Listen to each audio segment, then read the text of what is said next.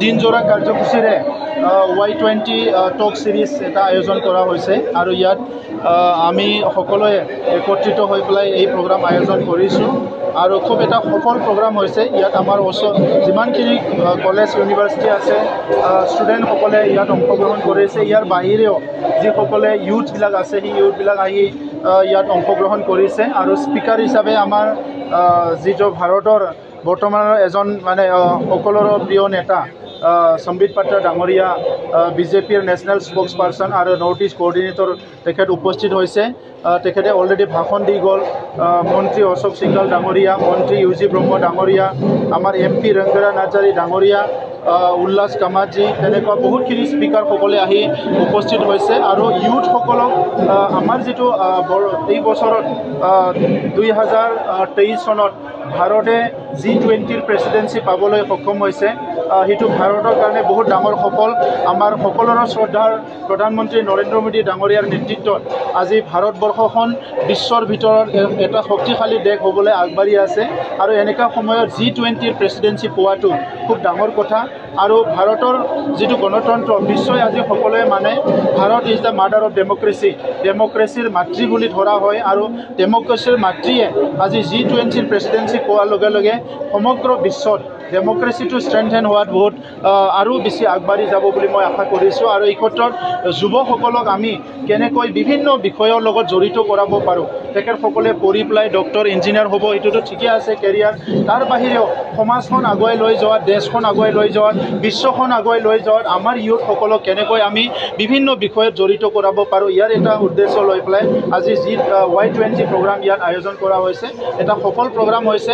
মই প্ৰধানমন্ত্ৰী নৰেন্দ্ৰ মোদী ডাঙৰীয়াক ধন্যবাদ জনাওঁ যে তেখেতৰ নেতৃত্বত G20ৰ বিভিন্ন প্ৰগ্ৰাম ভাৰতৰ বিভিন্ন ৰাজ্যৰ হৈ আছে, অসমত আছে আৰু কোকৰাঝাৰত আমি আজি Y20 প্ৰগ্ৰাম আজি আয়োজন কৰিবলৈ সুযোগ পাইছোঁ। কাৰণ 2020 চনত যিটো শান্তি চুক্তি হ'ল, ইয়াৰ পিছতে আজি বড়োলেণ্ডত শান্তি অহাৰ পিছত বিভিন্ন প্ৰগ্ৰামবিলাক আয়োজন কৰিবলৈ আজি পৰিৱেশ আহিছে আৰু Y20 ইয়াৰে এটা ডাঙৰ উদাহৰণ।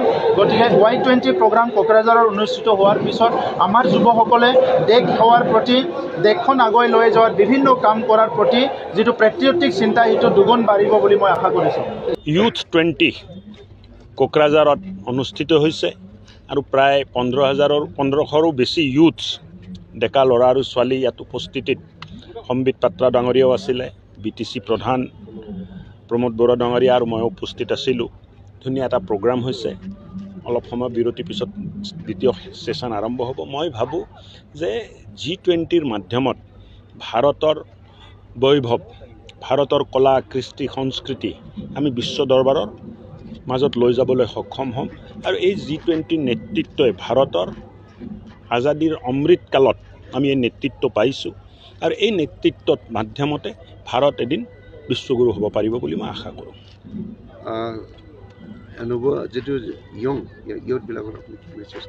ইউথৰ কাৰণে এটাই মেছেজ আছে যে আপোনালোক দেশৰ বৰ্তমান আৰু আপোনালোকেহে আগবাঢ়িব লাগিব আৰু যিটো শক্তি, চিন্তা, মেহনত, কষ্ট, ত্যাগ, সমৰ্পণ এই গোটেইখিনি ৰাখিয়ে আপোনালোকে আগবাঢ়িব লাগিব, লগত লৈ আগবাঢ়িব লাগিব। স্বামী বিবেকানন্দই যেনেকৈ কৈছিল যে উত্তিষ্ঠ জাগ্ৰত ভাৰত, যে সেই ভাৰত থিয় হোৱা আৰু যেতিয়ালৈ তোমাৰ লক্ষ্য তুমি প্ৰাপ্ত নকৰা তেতিয়ালৈ ৰৈ নাযাবা।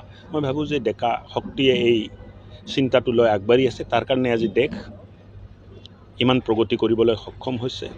আজি 25 বছৰৰ কম বয়সৰ জনসংখ্যা 50% ভাৰতবৰ্ষৰে আছে।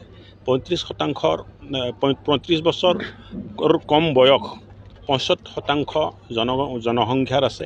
তো মই ভাবোঁ যে এক ইউথ কাণ্ট্ৰি, এক যুৱ দেশ ভাৰতবৰ্ষই অহা দিনবোৰত বিশ্বক বহুত কথা নতুনকৈ